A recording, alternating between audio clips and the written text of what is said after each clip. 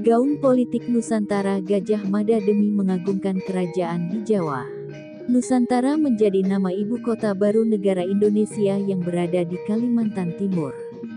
Namun, jauh sebelum Nusantara dikenal sebagai IKN, Nusantara sudah ada sejak zaman Kerajaan Majapahit, tepatnya ketika Gajah Mada mengucapkan Sumpah Palapa saat menjadi Mahapati di Kerajaan Majapahit. Dari situlah awal mula politik Nusantara menyeruak setelah masa Kertanagara sudah memulai politik tersebut. Sumpah Gajah Mada bertujuan menyatukan Nusantara agar penundukan daerah-daerah di luar Jawa digabungkan dengan Kerajaan Majapahit. Kebijakan politik itu dimunculkan Gajah Mada untuk memupuk keagungan Kerajaan Majapahit. Kerajaan Majapahit diidentifikasikan dengan kerajaan dari Pulau Jawa.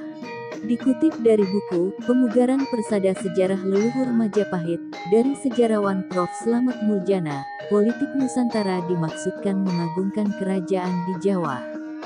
Cara berpikir demikian adalah cara berpikir Jawa sentris. Maksudnya, cara berpikir dengan Jawa sebagai pangkal bertolak. Pemikiran yang demikian pada zaman Majapahit abad 14 mudah dipahami karena para pembesar Majapahit di bawah pimpinan Pati Amangkubumi Gajah Mada memang bermaksud mengagungkan kerajaan Majapahit dengan menundukkan pulau-pulau di luar Jawa.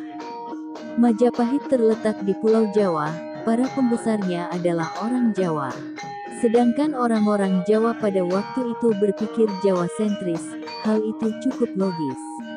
Namun, pengertian Sumpah Nusantara dahulu pada zaman sekarang ditafsirkan sebagai usaha mempersatukan Kepulauan Nusantara.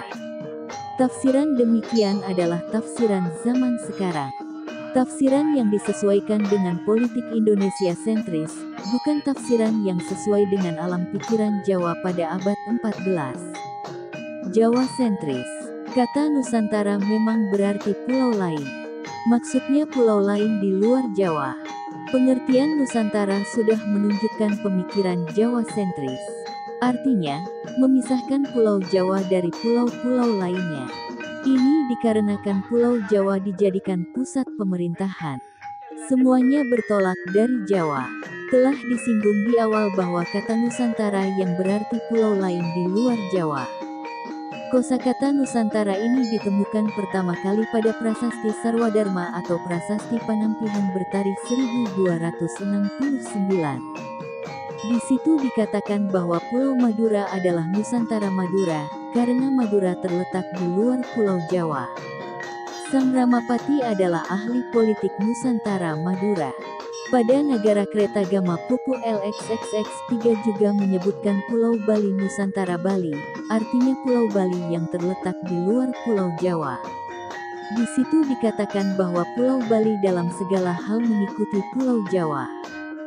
Sebelum tahun 1269 kata Nusantara belum digunakan dalam sastra Jawa kuno. Demikianlah kata Nusantara dengan pengertian pulau lain di luar Jawa mulai digunakan dalam bahasa Jawa kuno sejak tahun 1269.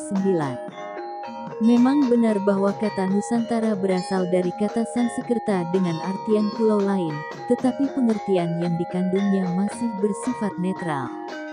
Kata Nusantara dengan pengertian pulau lain di luar Pulau Jawa bersifat Jawa sentris mulai digunakan pada zaman Singasari dan dilanjutkan zaman Majapahit. Pemakaian kata Nusantara dalam bahasa Jawa kuno dikaitkan dengan makna politik Nusantara yang dianut pada zaman Singasari dan Majapahit. Sri Kertanagara adalah Raja Jawa Timur yang pertama kali menerapkan politik Nusantara. Sebelumnya politik yang diterapkan Raja-Raja Singasari, pendahulu Sri Kertanagara berkisar pada penyatuan Janggala dan Kediri mengikuti jejak politik Erlangga. Dengan munculnya Sri Kertanagara, politik kerajaan Singasari berubah arah.